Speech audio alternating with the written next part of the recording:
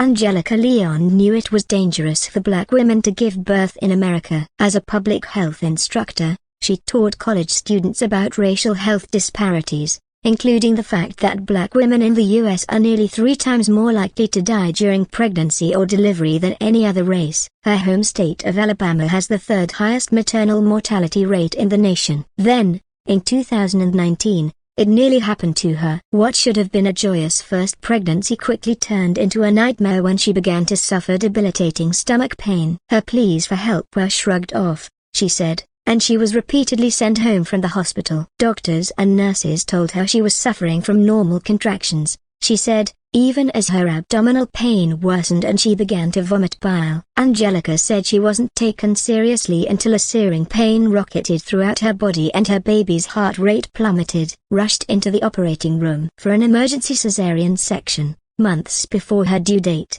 she nearly died of an undiagnosed case of sepsis. Even more disheartening, Angelica worked at the University of Alabama at Birmingham, the university affiliated with the hospital that treated her. Her experience is a reflection of the medical racism, bias and inattentive care that black Americans endure. Black women have the highest maternal mortality rate in the United States, a 69.9 per 100,000 live births for 2021, almost 3 times the rate for white women, according to the Centers for Disease Control and Prevention.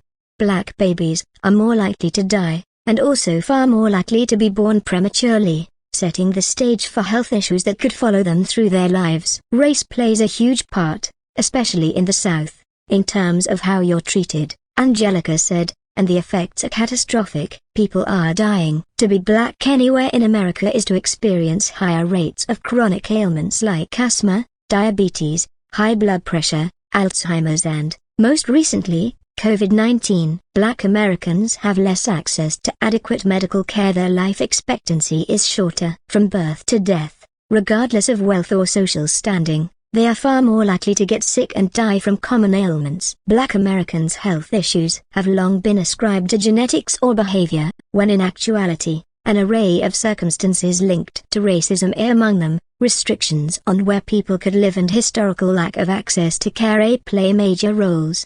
Discrimination and bias in hospital settings have been disastrous. The nation's health disparities have had a tragic impact. Over the past 2 decades, the higher mortality rate among black Americans resulted in 1.6 million excess deaths compared to white Americans. That higher mortality rate resulted in a cumulative loss of more than 80 million years of life due to people dying young and billions of dollars in healthcare and lost opportunity.